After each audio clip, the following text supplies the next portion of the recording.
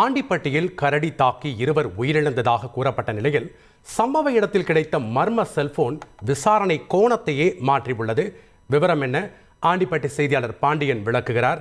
வணக்கம் பாண்டியன். காவல்துறை மற்றும் வனத்துறை சார்பாக கரடி தாக்கி தான் இருவர் உயிரிழந்ததாக சொல்லப்பட்ட நிலையில் தற்போது ஒரு செல்போன் கிடைச்சிருக்கு. இதனால விசாரணை கோணம் மாறி இருக்கு.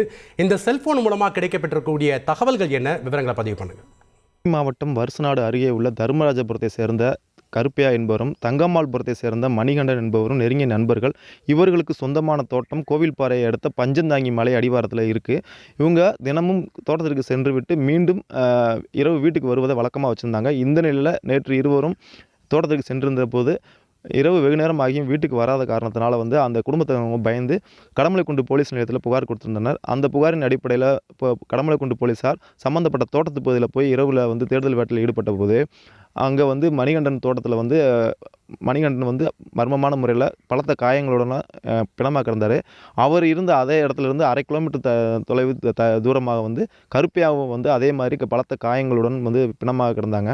இது மலையடிவார தோட்டம் என்பதனால வனவிலங்குகள் தாக்கி 2 பேர் இறந்திருக்கக்கூடும் அப்படின்னு சொல்லி போலீஸார் சந்தேகப்பட்டிருந்தாங்க. இது சம்பந்தமாக வனத்துறை அதிகாரிகளுக்கும் தகவல் கொடுத்திருந்தாங்க. அவங்களும் பார்வையிட்டு வனவிலங்குகள் தாக்கியிருக்கலாம் அப்படின்ற ஒரு சந்தேகத்தின் அடிப்படையில் 2 பேர் உடலையும் தேனி அரசு மருத்துவக் கல்லூரி மருத்துவமனைக்கு பிரேத பரிசோதனைக்காக அனுப்பி வச்சிருந்தாங்க. இந்த நிலையில் கருப்பையா இறந்து கிடந்த இடத்துல ஒரு ஆண்ட்ராய்டு மொபைல் ஃபோன் கிடந்திருக்கு. அந்த மொபைல் இறந்தவங்களுக்கு சொந்தமானது கிடையாது, அவங்க குடும்பத்தை சேர்ந்தவங்களுக்கும் சொந்தமானது கிடையாது.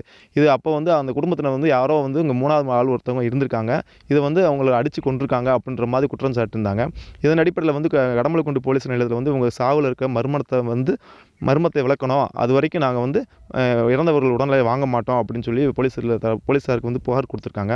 அந்த புகாரின் அடிப்படையில் போலீஸார் வழக்கு பதிவு செஞ்சு அந்த கீழே கிடந்த மொபைல் யாருடையது அப்படின்ற கோணத்தில் விசாரணை தொடங்கியிருக்காங்க.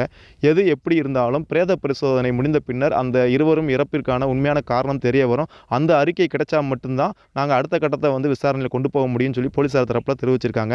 இறந்தவங்க இருவரும் கரடியை தாக்கி இறந்தார்களா இல்லை யாரேனும் அடித்து கொன்றார்களா என்ற ஒரு சர்ச்சை இந்த பகுதியில் இருக்கிறதுனால இப்பகுதி மக்களிடையே பெரும் பரபரப்பை ஏற்படுத்தியுள்ளது.